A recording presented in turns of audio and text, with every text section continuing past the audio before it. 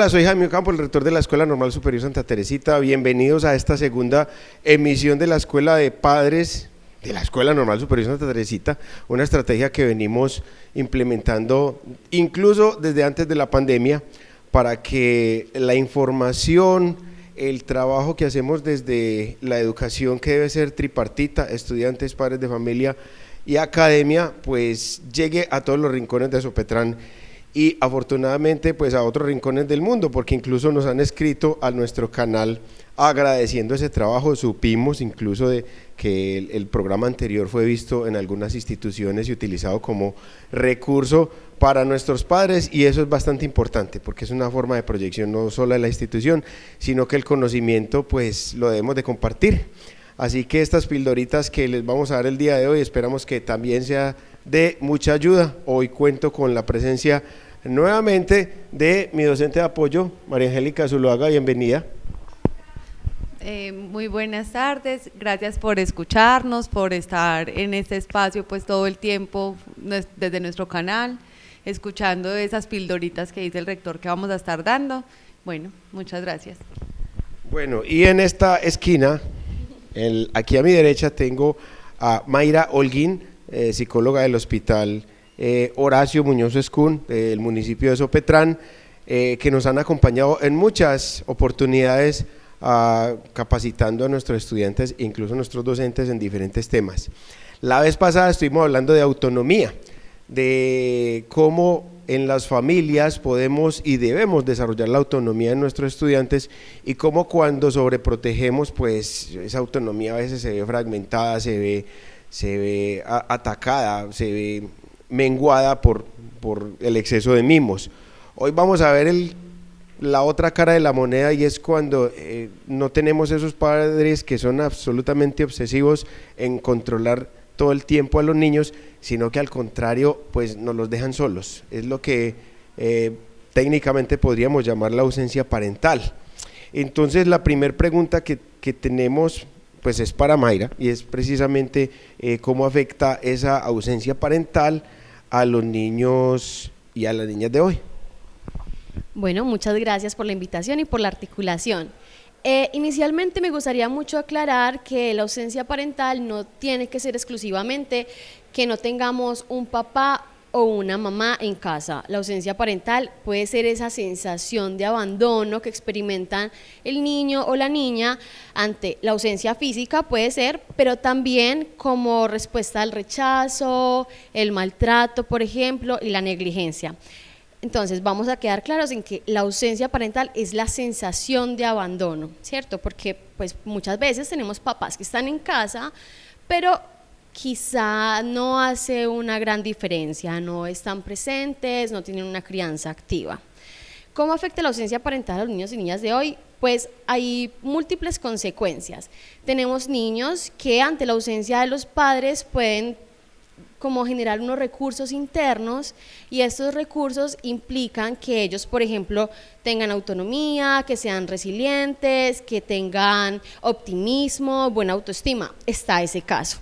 Pero también tenemos el otro lado de la moneda, que son niños que inmediatamente ante la ausencia, ante esa sensación de abandono, empiezan a experimentar falta de optimismo, de pronto en el colegio pueden presentar bajo rendimiento académico, problemas para convivir con otras personas, y eso pues como en el momento inmediato, ¿cierto? En el presente. A futuro puede estar asociado a patologías psicológicas, como a trastornos mentales, puede estar también asociado a dificultades en la consecución de logros, entre otras muchas consecuencias.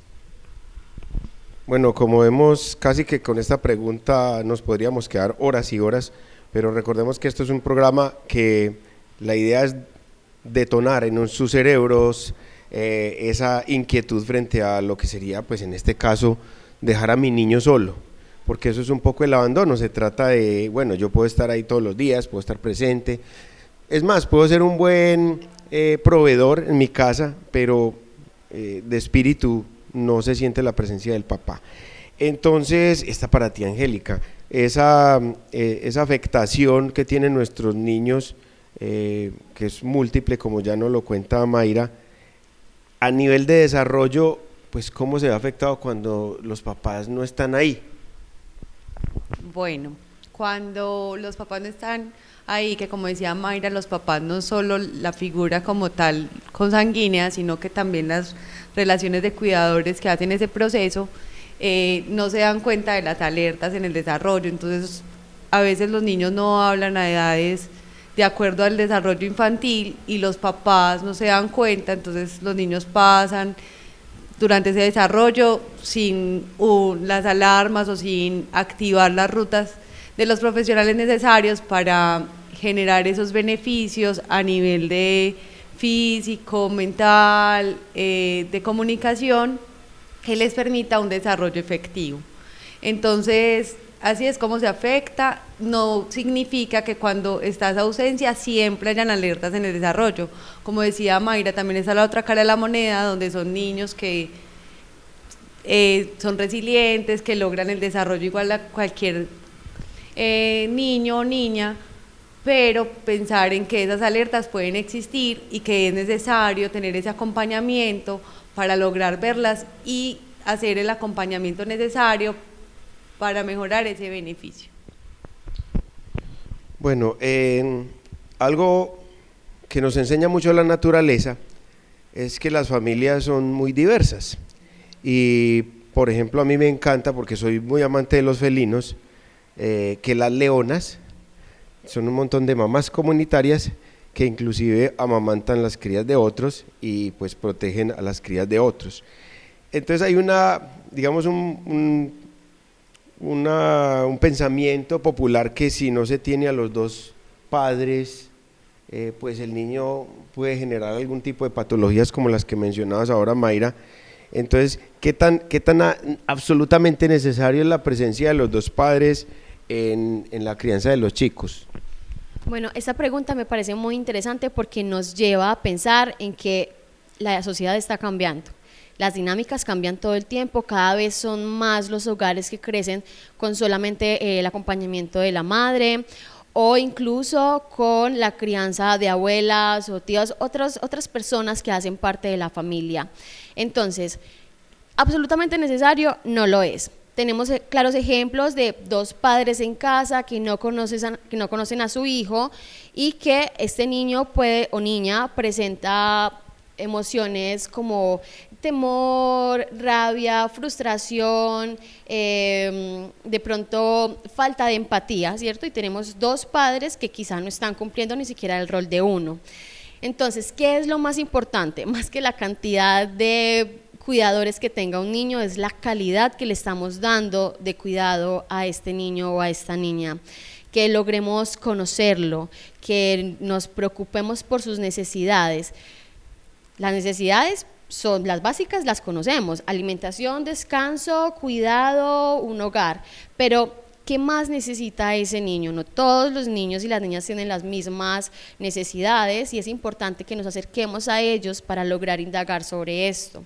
Entonces, absolutamente necesario no es que estén los dos padres o que tengamos 5 cuidadores, es la calidad del cuidado que le estamos dando, la calidad del acompañamiento que estamos prestando a este menor. Bueno, sucede que, como lo mencionábamos ahora con las familias de las leonas y de los leones, cuando yo era pequeño en el barrio, uno a veces permanecía en la casa de un amiguito que era muy cercano y la mamá de ese amiguito también lo criaba a uno, o sea, te daba alimento, te regañaba, te reprendía, te enseñaba, a uno aprendía de esa persona y ese tipo de estructuras como que se le van quedando a uno, sobre todo quienes tuvimos familias grandes. Entonces a veces de los hermanos uno se le queda el que es músico, de pronto el mal genio de aquel, toda la familia educa, no solamente es el papá y la mamá, sino que el entorno familiar genera una cultura con la cual los niños crecen. Y en ese sentido, ahorita hablaba de ese triángulo que se requiere para la educación, que son 3 actores: la familia, la escuela y el niño. En el evento que no falte alguno de ellos, la educación pues va a quedar como coja. Ahí viene pues la segunda pregunta para Angélica, entonces, esa corresponsabilidad que genera la familia en los procesos de aprendizaje de los niños. ¿Por qué es tan importante esa presencia de la familia en los procesos de aprendizaje? Bueno, ¿por qué es tan importante? Primero, el niño nace en sociedad y con la primera figura o contexto que se relaciona es la familia. La familia pensaba en ese sentido, los cuidadores o las personas que están a cargo del chico, porque la familia, la escuela y el niño hacen parte de una sociedad. Entonces esas tres relaciones las vamos a poner en la sociedad y cómo cada una influye en ese proceso de aprendizaje del estudiante. Es importante entonces pensar que la educación no es solamente en la escuela. En la escuela se pueden dar unas bases de educación, pero si no hay unas bases en la familia, no se logra calidad de aprendizaje por parte de los estudiantes. ¿Por qué? Porque el niño en la casa aprende los compromisos, responsabilidades, rutinas, disciplina, y en la casa y en el colegio se puede reforzar esto, pero si no hay ese aprendizaje, el niño incluso a veces falta, y como no hay quien le esté haciendo ese seguimiento de por qué hay esa falta, simplemente no hay una corresponsabilidad, entonces el niño falta. Entonces por eso es importante que la familia también esté en ese proceso para que el niño aprenda y genere los procesos de aprendizaje. Cuando hay esa corresponsabilidad, el niño genera mayor calidad porque las figuras que son vínculo de socioafectivo son la misma familia, entonces ellos se motivan más para generar esos aprendizajes.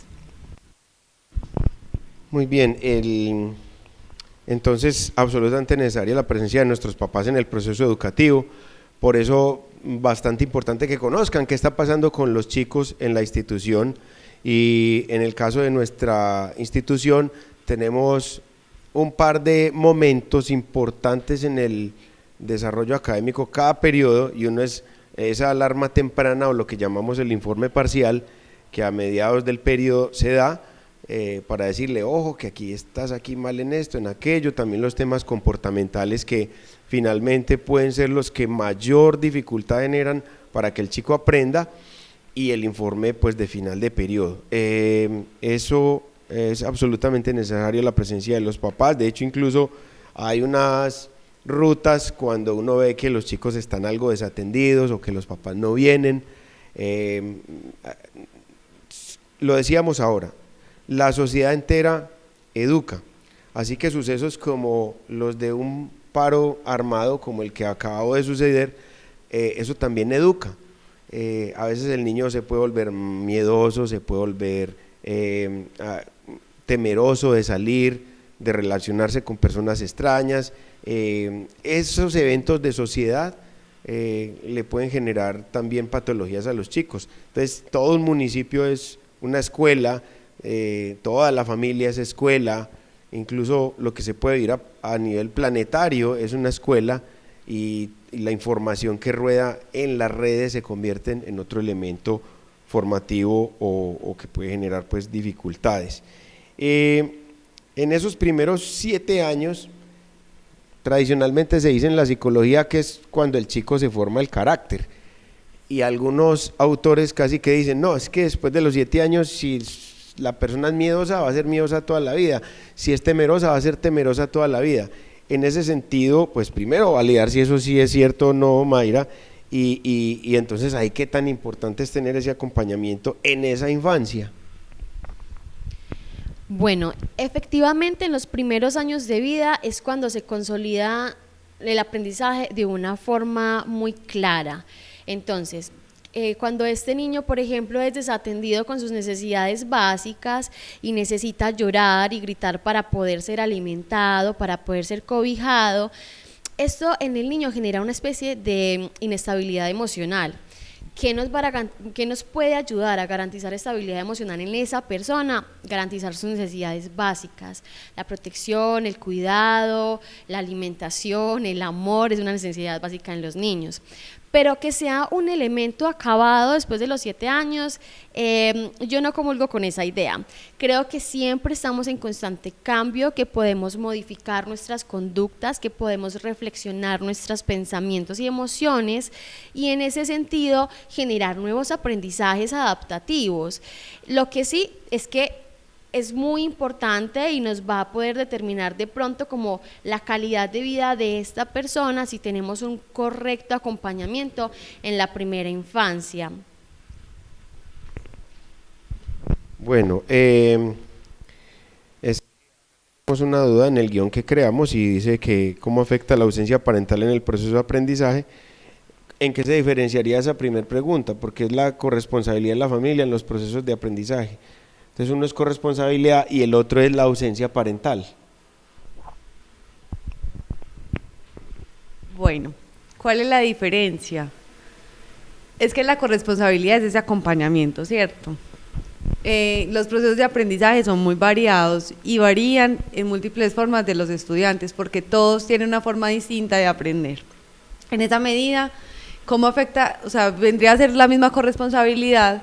La cosa es que aquí el acompañamiento no es solo a nivel de la familia, el papá, la mamá, sino también de los cuidadores, de ese vecino que me enseña, de esa otra persona que tengo que genera ese aprendizaje.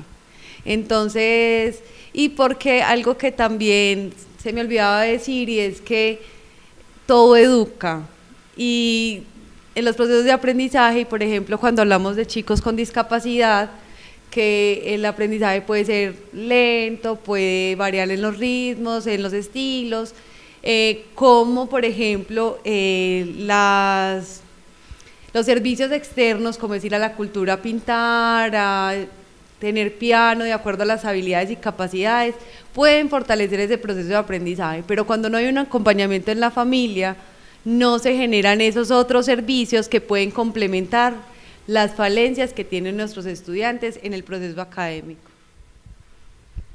Efectivamente, porque como todo enseña, con todo aprendemos, es muy importante que los papás estén presentes en todo el periodo de aprendizaje escolar de los chicos, porque también deben servir como filtro. Años atrás, cuando los chicos no tenían ese acceso a toda la información que existe en el mundo a través del celular y de los computadores, era un poco más fácil que los padres tuvieran un poco de control sobre lo que los chicos observaban y con lo que interactuaban, porque cada una de esas cosas pues tienden a formar o deformar algunas características de la personalidad del chico. Entonces es fundamental que el papá esté presente en todo momento, desde las cosas que consideramos coherentes y positivas, que sería por ejemplo lo que le brinda la escuela al chico, ser veedores de ese proceso, porque a veces tristemente corremos con problemáticas que vienen desde hasta de los docentes, que están entre comillas enseñando mal y los papás ni siquiera se dan cuenta, o de las problemáticas que el niño vive en la escuela. Angélica, quería anotar algo más. Que bueno, que también en ese aprendizaje no solo hablamos de la parte académica, ese aprendizaje hablamos de lo que decíamos, las rutinas, las disciplinas. El establecer esas rutinas le permite al estudiante entender las normas. En la casa muchas veces no se le ponen normas y límites y eso hace que en la escuela tampoco los ponga y se pongan agresivos, no tengan una relación de convivencia con el otro y se generen otro tipo de problemas que también acarrean la parte académica. Sí, entonces para nosotros en la escuela es muy difícil exigir, por ejemplo, que un estudiante llegue temprano si en la casa no cumple algún horario.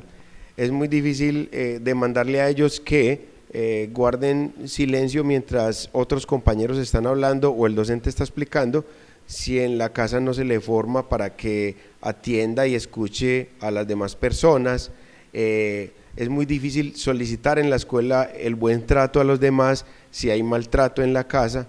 Entonces, por eso la importancia y lo que hemos hablado acá de la palabra corresponsabilidad. Una última pregunta para Mayra. Entonces, ¿qué o cuáles serían esos elementos que son importantes garantizar en el acompañamiento a nuestros hijos en todas sus etapas? Bueno, inicialmente quisiera anotar algo, y es que efectivamente, como nos decía Angélica, nosotros somos seres sociales.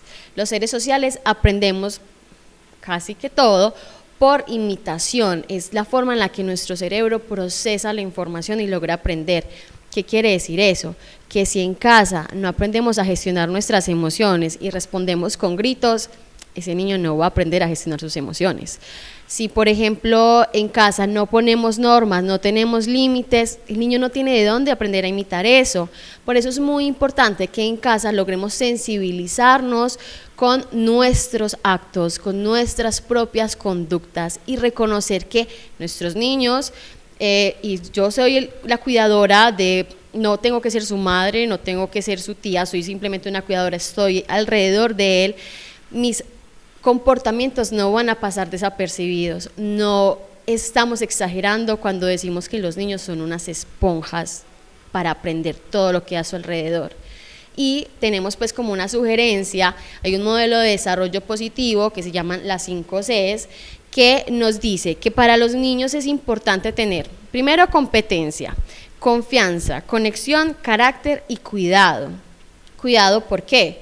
Bueno, porque es fundamental que logremos garantizar sus necesidades básicas. Conexión, lograr que los niños generen pasión por las cosas que hacen. Carácter, para lograr como imponer disciplina de una forma positiva. Confianza, para que sepan que pueden comunicarse con nosotros, que somos su red de apoyo. Y competencia, para que generen como estas competencias necesarias en el proceso educativo. Bueno, Mayra, Angélica, muchas gracias por habernos acompañado entonces en este segundo programa de 2022. Esperamos que sea del agrado de todos los que nos acompañan, nos copian, como tradicionalmente dicen en todos los canales de YouTube.